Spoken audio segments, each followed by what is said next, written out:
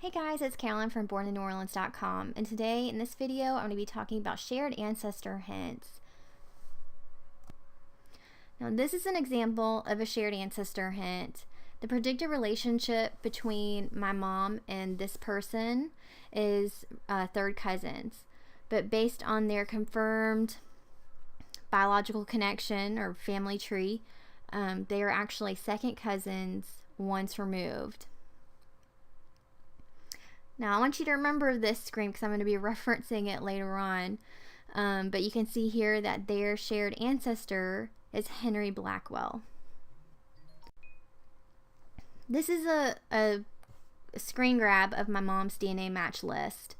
Something to remember, and this video is really about shared ancestor hints and how they work with working with the mirror tree method. When you move your DNA from person to person, when you link it to different people, your DNA match list will not change. It doesn't matter if it's not linked to a tree. It doesn't matter if it's linked to your biological tree. It doesn't matter if it's linked to a mirror tree. Your DNA match list will not change. Now, your shared ancestor hints will change. On the left-hand side, I had my mom's DNA hooked up or linked up to one tree where she had 81 shared ancestor hints. And then I changed it and I linked it to another tree, or her mirror tree, a mirror tree of a second cousin I've been working on, and it went down to 25 shared ancestor hints. You didn't lose those 81 shared ancestor hints. As soon as you link it back to where you had it, those shared ancestor hints will come back. You see that the number of cousins did not change. She still has 420 fourth cousins or closer. So that doesn't change. When you link your DNA to different people or different trees, your shared ancestor hints will change. And when you switch it from tree to tree or person to person, there's a period of time where ancestry is just kind of wacky. It's trying to figure out what's different. And you can see here that this is the same predicted third cousin or actual second cousin once removed. And Ancestry system hasn't quite realized that I've linked my mom's DNA to somebody else. And it's wanting to tell us that there's a shared ancestor hint where there isn't. So when you switch up, when you move your DNA from person to person, just give it a couple hours. It took about 2 hours for the number to go down from 81 to 25, but then it was still giving me information like this. So just be aware of that. And if you find that this happens, don't be alarmed. You didn't mess anything up. It's just Ancestry system is trying to catch up to what you're doing. Now, some hints to ignore. There are shared ancestor hints you want to ignore. You want to disregard the hint that says you are siblings with the person you linked your DNA to. If you have your DNA linked to a second cousin,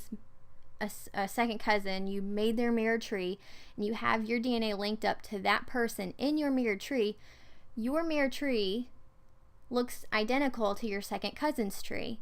And so from Ancestry standpoint or point of view, you guys have the same tree. You look like siblings. So disregard that hint.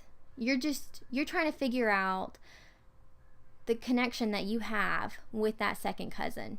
You're trying to find the shared ancestor between you and that second cousin, and it's not going to be their parents. And the way you want to use shared ancestor hints, especially if you're using the mirror tree method, you want to find a pattern. Say, for instance, you've got your DNA linked up to a second cousin. You're looking for a pattern among the shared ancestor hints that pop up.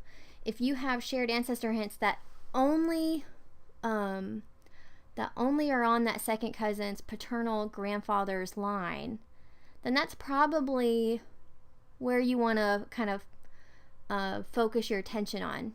You don't really want to worry about your second cousin's mother's side of the family. You don't have any shared ancestor hints on that side. So focus on where the shared ancestor hints are. Now, if you're using your own biological tree, you can use shared ancestor hints to confirm your paper trail. This is really great. You can find, I'm not going to go into it. I'm trying to make this video quick.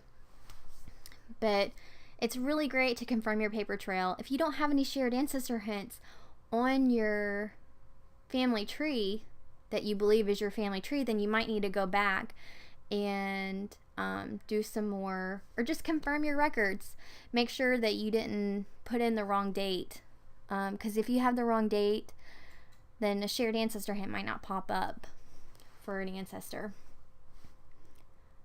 But that's pretty much it. Thanks so much for watching, guys. If you have any more questions about shared ancestor hints and how you use them, or what, like how to understand them, feel free to contact me through my website at borninneworleans.com. You can contact me, leave a message or comment below. I will do my best to get back to you. I hope you subscribe, and I look forward to making a couple more videos in the future. Thanks, y'all. Have a great one.